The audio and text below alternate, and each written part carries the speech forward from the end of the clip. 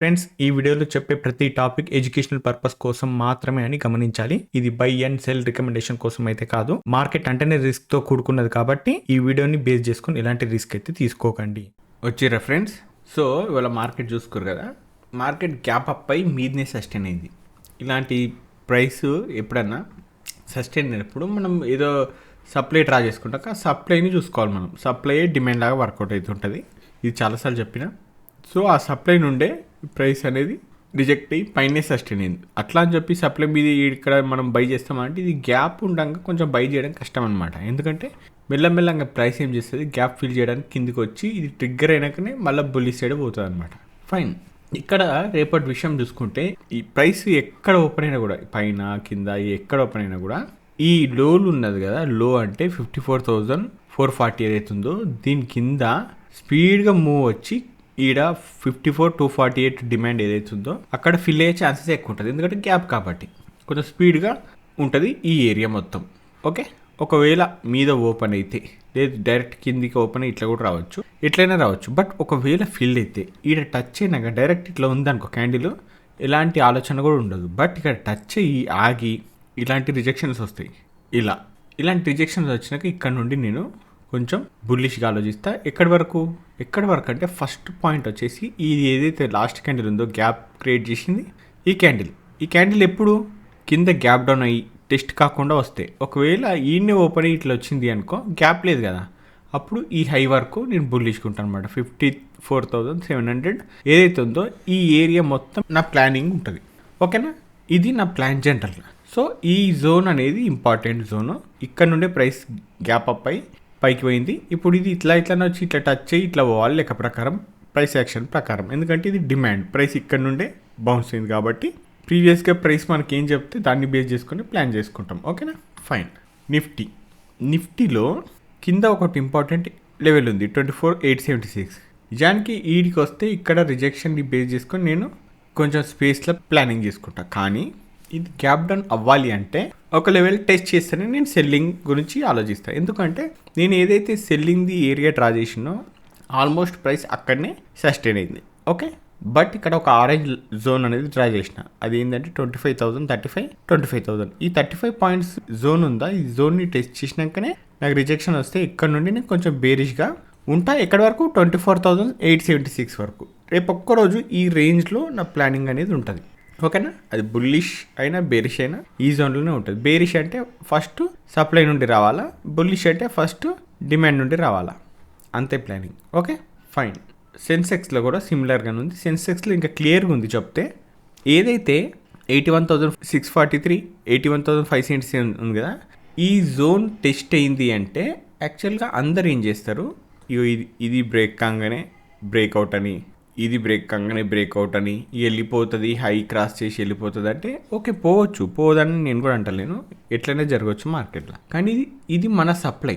ఇక్కడ నుండే price gap up అయిన ప్రైస్ పోయి ఇక్కడనే ట్రై చేసి ఇక్కడ నుండి రిటర్న్ అయిపోయింది, దీన్ని దాటి పోలేదన్నమాట. ఇప్పుడు మళ్ళీ పోతుందని నేను అనుకోను. ఓకే, రెండోసారి. ఇప్పుడు ఎవరి ప్లానింగ్ అలాగే ఉంటుంది. ఇప్పుడు ఇక్కడ బై చేసేటోళ్ళు బై చేస్తారు, ఇక్కడ సెల్ చేసేటోళ్ళు చేస్తారు. ఇద్దరు ఎస్ఎల్ పెట్టుకోవాలా, ఇద్దరు రిస్క్ మేనేజ్మెంట్ అనేది పాటించాలా. ఎప్పుడైతే ఇది ఫెయిల్ అయ్యి కిందికి వచ్చిందా మనకు ప్రాఫిట్ రావచ్చు, కానీ మీతోళ్ళు ఫెయిల్ అవ్వచ్చు. ఎప్పుడైతే ఇది పైకి పోయిందో మీతోళ్ళకి ప్రాఫిట్ రావచ్చు, మనకు ఎస్ఎల్ కావచ్చు. బట్ ఎటు తిరిగి రిస్క్ మేనేజ్మెంట్ ఉంటే ఇద్దరు సేఫ్ అనమాట.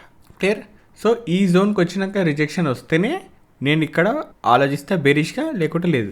రేపు నేను ట్రేడ్ చేయాలి అంటే ఓన్లీ సెన్సెక్స్లా ప్లాన్ చేసుకుంటా. నిఫ్టీ కొంచెం కన్ఫ్యూజన్గా ఉంది, బ్యాంక్ నిఫ్టీ ఇంకా కన్ఫ్యూజన్ ఉంది. ఓకే, ఓన్లీ డిమాండ్ మీద ఫోకస్ చేస్తే బ్యాంక్ నిఫ్టీలో, సెన్సెక్స్లో ఓన్లీ సెల్లింగ్ మీద ఫోకస్ చేస్తే. ఇక నిఫ్టీ కొంచెం కన్ఫ్యూజన్ ఉంటుంది రేపు ఒక్కరోజు. బట్ మళ్ళీ కూడా సప్లై ట్రిగ్గర్ అయితే ఓకే, లేకంటే చేయనల్లా.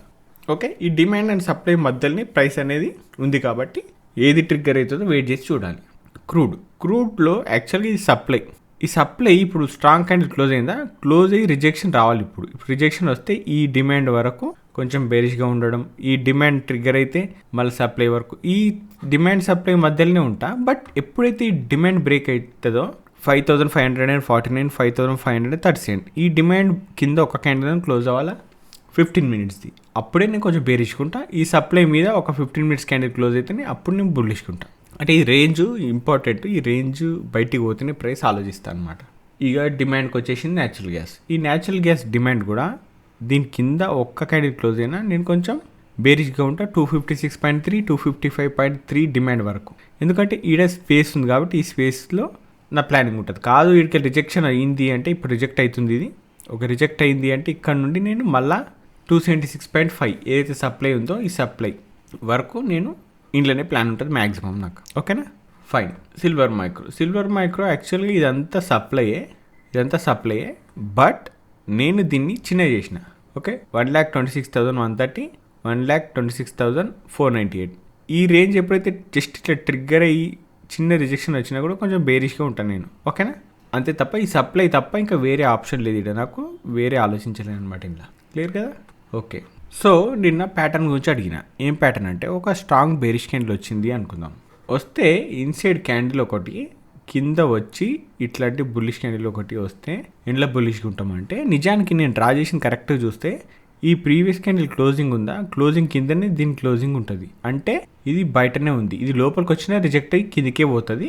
ఇది బయ్యింగ్ చేయలేం, ఇది మాత్రం బయ్యింగ్ చేసే అవకాశం ఉంది. ఎందుకంటే ఇది ఆల్మోస్ట్ ఇంత ఫాస్ట్గా ఫాల్ అయ్యి బ్రేక్ పడ్డదంటే చిన్న డిమాండ్ అనేది క్రియేట్ చేసింది. ఇప్పుడు ఇది ఇక్కడనే సస్టైన్ అయ్యి మెల్లంగా పోయి ఇది రికవరీ అయ్యే అవకాశం ఉంటుంది. ప్యాటర్న్ 1.